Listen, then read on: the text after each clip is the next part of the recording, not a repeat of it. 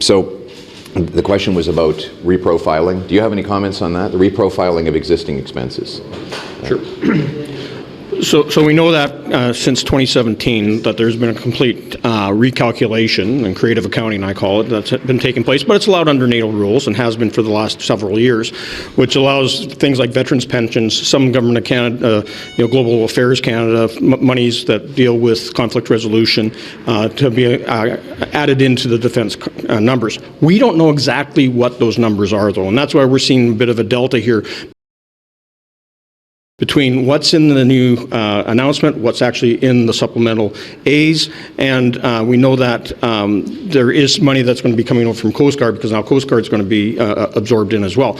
However, NATO's still going to be watching whether or not Coast Guard remains a civilian organization the way it is. They still have their research to do. They still have their environmental ships, as well as ice-breaking capabilities to make sure the St. Lawrence Seaway and elsewhere is maintained for commercial traffic. But at the end of the day, to be fully counted in for defense spending, they actually have to bring some security protocols to the table, and that means that ships may need to be armed up. That means that there has to be paramilitary personnel on board, not just civilians. Well, well, well. How the turntables.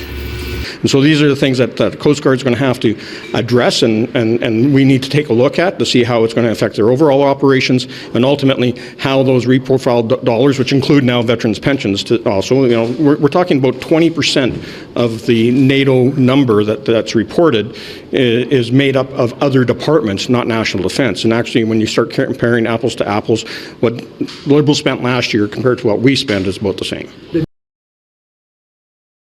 All right. So we believe in buying Canadian. We want to be a more sovereign and independent country, less reliant on the Americans and other countries. But we have to make this a country where you can make things again. Right now, there's so much bureaucracy, so many delays to get permits. There's such high taxes on our investors and workers that often they can't compete with foreign suppliers, and that's why we've become so hopelessly dependent for so much of our existence on the rest of the world.